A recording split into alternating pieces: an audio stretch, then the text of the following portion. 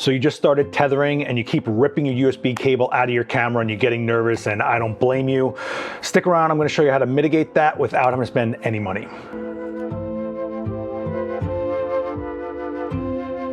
What's going on, everyone? Seth Miranda here. If you don't know who I am, I'm a pro photographer right here in New York, and I do a lot of videos on photo nerd stuff, and I'm trying to do these shorter videos to give you some quick tidbits to kind of keep things in mind while you're shooting out there, to make things a little easier for you, maybe better methods, easier workflow, all the type of stuff that gets you back to just shooting, right?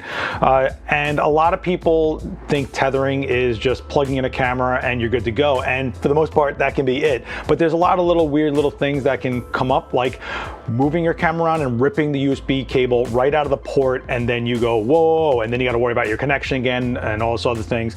The biggest problem is if you actually wreck the port, you then need to get an entire new board in your camera, and that can be pretty expensive. In some cameras it's half the value of the camera. So I'm with you, I sympathize with you, and there's things we can do to not have that happen. There is stuff you can buy to keep it totally out of your mind, and I use myself the Tether Tools TetherBLOCK, and this thing is awesome. It is a little pricey, it's about $80 to $100 depending on which version you get, but what it allows me to do is basically route my cable underneath my camera so that when it's plugged in, nothing on this side can interrupt this being plugged in, because all the tension is inside the plate. It's right underneath it, and it also has threads on it so I can still use a tripod and stuff like that. And I have one for every camera I own, but I'm all in on this thing, right? I'm shooting for a living. And if you're not, or if you're not even sure if you even want to keep tethering, and maybe you're just someone that doesn't want to be bothered with any of it, and every now and then you have to plug your camera in, an easy thing that you can do, on this Z6 II, I'll show you, you open it up, you get your cable, you plug it in, and this is a USB-C cable. You might have a different type of cable no matter what kind of camera it is, and you can see that it's just kind of like hanging out there, and it's very easy to just rip it out of the port. Well, one thing you can do is just wrap around your pinky, and then no matter what happens here, it doesn't interrupt this. The tension is inside your pinky, right?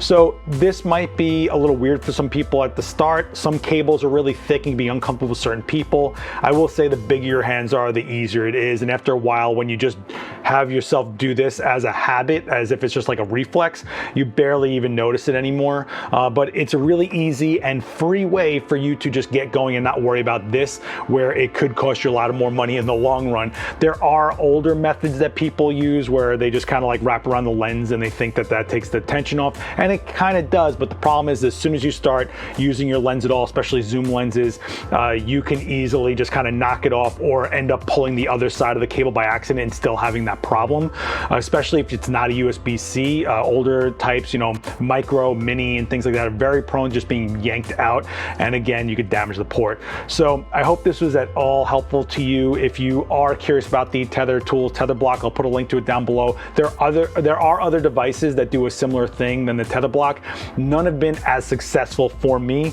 as the TetherBLOCK for a couple reasons. One, it handles multiple cable sizes and gauges, I'll say. So, sometimes you use heavier cables, thinner cables, and you're just able to know that this will handle it. Some of the other ones that are lower cost tend to only handle like medium-sized cables or thinner and not heavier gauge, and then I bought it for no reason. The other thing I use it for is routing HDMI cables, and I'm not looking forward to ripping a HDMI port out of my camera either. And if you use HDMI micro, you know the pains of a broken port on that, or HDMI mini is a little finicky as well. Or even if you just have a port that's not damaged and somehow it just keeps on losing a little bit of connection, things like this keep the tension right where it needs to be, and you can have that like worry-free that your cable stays connected.